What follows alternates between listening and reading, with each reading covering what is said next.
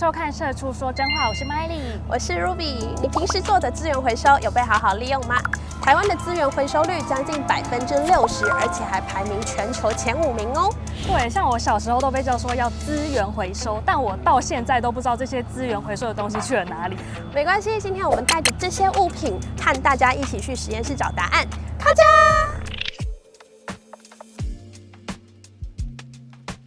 今天來到垃圾廚房，邀請 Valentina 來為我們介紹垃圾如何再利用。大家好，我是 Valentina。嗨，兩位好。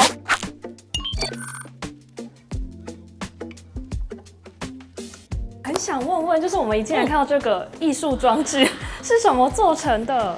這些產品都是由我們生活常見的塑膠廢料再製而成。你們要不要猜猜看，這是生活的哪一個塑膠？你有沒有覺得它的顏色有一點像我們生活的哪一種塑膠材料做的？超市可以看得到的嗎？超市好像可以找得到哦。超市好像蠻多的。而且小朋友可能要長高的時候，他會有補充一些東西。牛奶，沒錯，它是我們生活常見的牛奶罐。因為我看到上面有卡榫，它其實是可以一直拆掉，像积木一樣一直在重新利用。沒錯，其實要達到循環再利用，設計還有結構工程扮演很重要的角色。那我們這個呢，在2024年的12月有跟桃園國際機場，我們把它變成一個永續聖誕樹的裝置。那老師，我們也準備了一些垃圾箱來給你鑑定一下，可以變成什麼？好哦，那待會我來幫大家看一下這個材料可以变成什麼樣的好東西。好，那我們就出發吧。開家！我來看一下各位的日常的塑膠，其實都打理得很好，就是清洗得很乾淨。那我們今天這樣的顏色呢，其實我發現很適合做成時尚的墨鏡。這可以变成墨鏡。对对对，因为我刚才看你們兩個準備的材料，你們都很棒，收集了最安全、最穩定的塑膠原料，就是我們的5號聚丙烯的材質。所以你可以看，像我們一些醫療用品，比如說隱形眼鏡殼，甚至是我們的塑膠吸管，還有一些餐具的部分，它超過120度的時候，它才會有一些物理性的軟化。但是它本身是一個非常穩定、非常安全的塑膠。那如果是要圓框的話，就是23克總重量；那方框的話是24克。這個是圓圓的，對，圓框。我其實平時都帶圓框哎。好哦，這個我們有咖啡渣跟我們的木屑哦。老師，我選好了，我要方框。好哦，方框請配24克。好的，那我還是鍾愛我的圓框。好的，框的話就是23，OK，23克。那我們因為眼鏡要有一樣的彈性，所以我們準備了牛奶罐的材料，大概當成我們基底材料作為1/3，所以這個大概加8到12克。8到12克的材料，那剩下的原料呢，你都可以自由的去添加這個5號的材質。所以我們要先加這個主體的部分是8到12克。對，那我們先把我們的開關按開，扣掉我們這個波的重量。好，真的很像在做料理。對。老師，那我好奇啊，為什麼這邊是以垃圾廚房的概念，然後帶民眾來了解這整個永續循環的過程？哦，在配料這整個過程很像我們在做菜。那同樣的，我們今天在做菜的時候呢，相同的都是瓶蓋或是這種5號的塑膠，但是做出來每個人的風格都是獨一無二。所以我們希望呢，用這個廚房的概念來轉化這些工業很硬的語言，讓每個大眾都可以很簡單的去切入永續再循環的這個概念進去。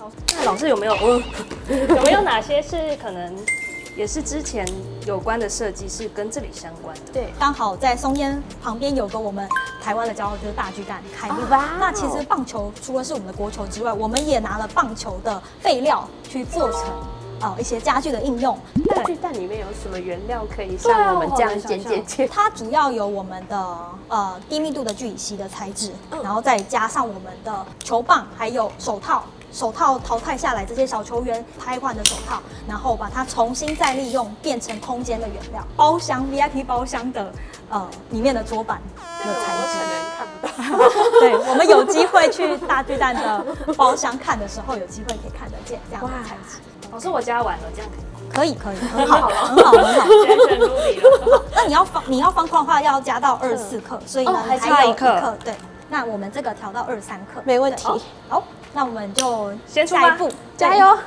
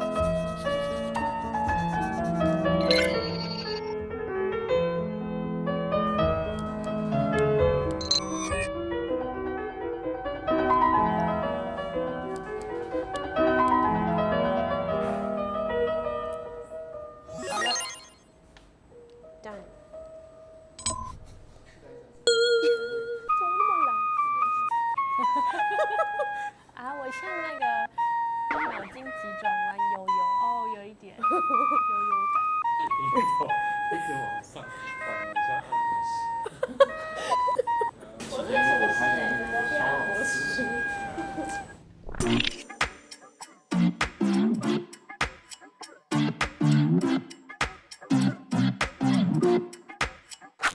耶，我们刚刚终于做完了，超有时尚感。对，我们现在现场就诞生了2位永续时尚的行走代言人。那一般民众，你如果不想要做眼镜的话，我们也有其他品项来供大家预约選擇。沒錯，所有的資訊呢都在我們的資訊欄，可以在下方裡面點擊哦。如果你還有其他關於永續生活的方式，也別忘了在下方留言。耶，聖書說真話，我們下次再見，拜拜。